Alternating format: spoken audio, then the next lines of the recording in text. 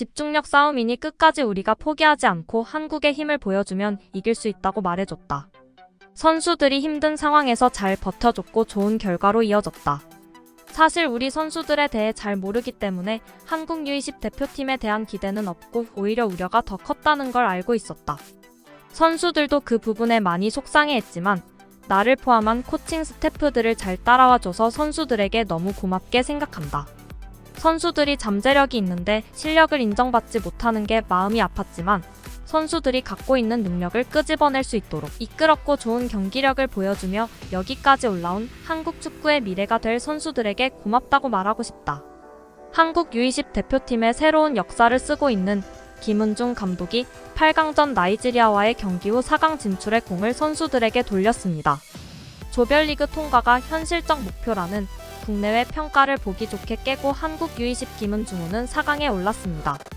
김은중호는 2017년과 2019년 대표팀에 비해 전력이 떨어진다는 국내 전문가 우려 속에 결정지인 남미로 향했고 이승우나 이강인 같은 스타는 없지만 원팀으로 똘똘 뭉쳤습니다. 선수들은 김은중 감독의 맞춤 전략에 따라 강호들을 꺾으며 5번 싸워 한 번도 지지 않고 2019년 신화를 넘어설 기세입니다. 4강 신화를 이끌어내면서 대한민국을 널리 알리고 있는 한국 U20 대표팀에 대한 자세한 내용과 한국의 4강 진출 소식을 빠르게 전하고 있는 중국 매체들 그리고 중국 네티즌들의 반응 이어서 전해드리겠습니다. 소중한 시청자 여러분들의 구독과 좋아요는 영상 제작에 큰 힘이 됩니다. 한국 20세 이하 U20 대표팀이 아르헨티나에서 열린 2023 국제축구연맹 아르헨티나 U20 월드컵 8강전에서 연장 접전 끝에 나이지리아를 1대0으로 꺾으며 승리했습니다. 이로써 한국은 지난 2019년 대회 준우승에 이어 2회 연속 4강 진출 신화를 썼습니다. 한국은 이강인이 활약했던 2019년 폴란드 대회에 이어 2연속 준결승에 오르면서 아시아 국가 중 최초로 U20 월드컵 2연속 4강 진출에 성공한 팀이 되었고 피파가 주관한 대회에서 1983년과 2019년 U20 월드컵, 2002년 한일 월드컵에 이어 네 번째로 4강에 올랐습니다. 경기 후 나이지리아 매체 사커넷은 아시아 호랑이 한국의 기습 공격에 플라잉 이글스 나이지리아의 꿈이 깨졌다. 한국과 나이지리아는 전후반 내내 실점하지 않으려고 했고 너무 신중했다. 한국은 연장 전반 5분 돌파구를 마련했고 득점했다. 나이지리아는 자신들이 가진 모든 것을 내세웠지만 한국의 수비를 무너뜨리기에는 너무 어려웠다고 밝혔습니다. 한편 중국 매체들은 한국의 4강 진출 소식을 발빠르게 전했습니다. 한 중국 매체는 김은중 감독이 이끄는 한국팀은 8강전에서 연장전 끝에 나이지리아를 1대0으로 이기며 4강에 진출했다. 이번 대회 준결승전이 더 값진 이유는 월드컵이 시작되기 전 국내 팬들과 전문가들이 이 팀에 큰 기대를 하지 않았기 때문이라고 할 수 있다. 전 연령층의 국가대표팀 중에서도 이전보다 약세를 보이는 U20 한국 남자 축구팀을 골짜기 세대라고 부르며 이번 U20 한국 대표팀에 아주 어울리는 별명이라는 평도 있다. 한국은 탄탄한 수비 기반의 역습 전술로 전력의 불리함을 극복하고 있으며 프랑스와 에콰도르와의 경기에서도 점유율에서 크게 뒤처졌지만 효율적인 축구를 선보였고 결국 승리했다. 한국은 아시아에서 유일하게 지난 대회 준우승을 했고 올해도 준결승에 진출해 유소년 훈련의 수준을 엿볼 수 있었다. 라고 전했습니다.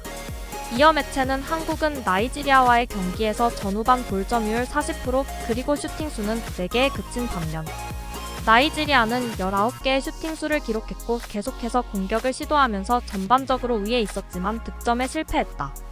한국은 전후반 내내 나이지리아의 공격에 속수무책으로 당했지만 운이 좋게 실점하지 않았다. 연장 5분 한국은 코너킥을 얻어냈고 최석현의 헤딩이 골망을 흔들며 득점에 성공했고 결국 나이지리아의 1대0으로 승리했다. 이번 대회에서 우리는 한국이 최근 경기에서 볼 점유율이나 슛수 등 기술적인 통계에서 뒤처졌음을 알 수 있고 한국은 한 번도 월드컵에서 우승한 적이 없으며 한국이 지난 대회의 아쉬움을 만회할 수 있을지 모르겠다.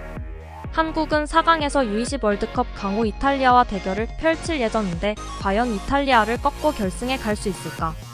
우리는 지켜볼 것이다 라고 밝혔습니다. 또 다른 중국 매체는 한국 U20 대표팀이 준결승에 진출해 우승을 노리고 있는데 중국 축구는 뭐하고 있나? 왜 중국 축구와 한국 축구의 격차가 벌어지고 있는가라고 전했습니다. 이어 매체는 한국 U20 대표팀은 체력과 실력이 뛰어나고 집념이 넘친다. 2019년 준우승이 그들의 최고 성적이다. 월드컵 결과만 놓고 보면 한국팀은 의심할 여지 없이 아시아 최강팀이라고 할 수 있다. 중국 축구는 1980년대에 아시아 최고로 여겨졌지만 1978년 두 나라 간의 첫 경기부터 2010년까지 중국은 총 32경기 동안 승리를 해본 적이 없고 코리아포비아라는 신조어도 만들어졌다.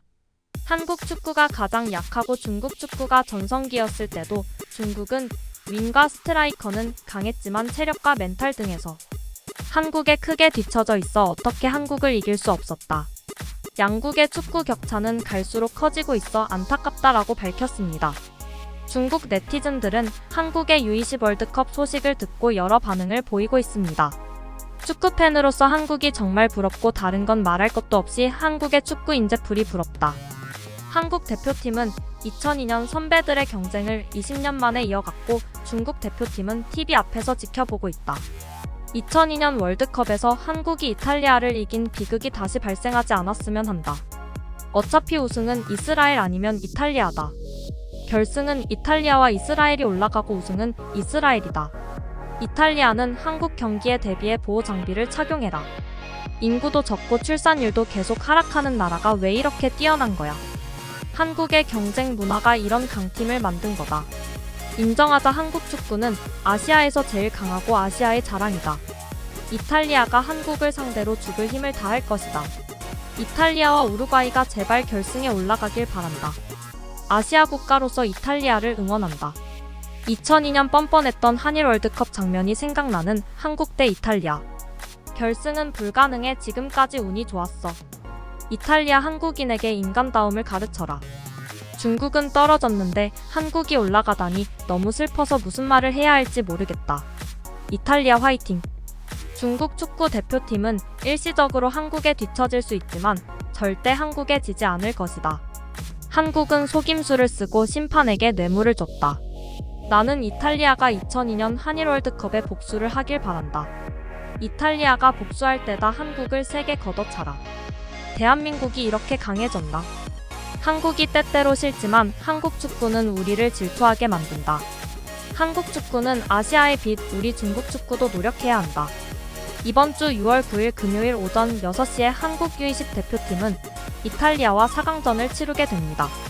우리 대표팀이 4강에서 이탈리아를 꺾고 결승 진출에 성공해 새로운 역사를 쓸 수 있기를 진심으로 응원하겠습니다.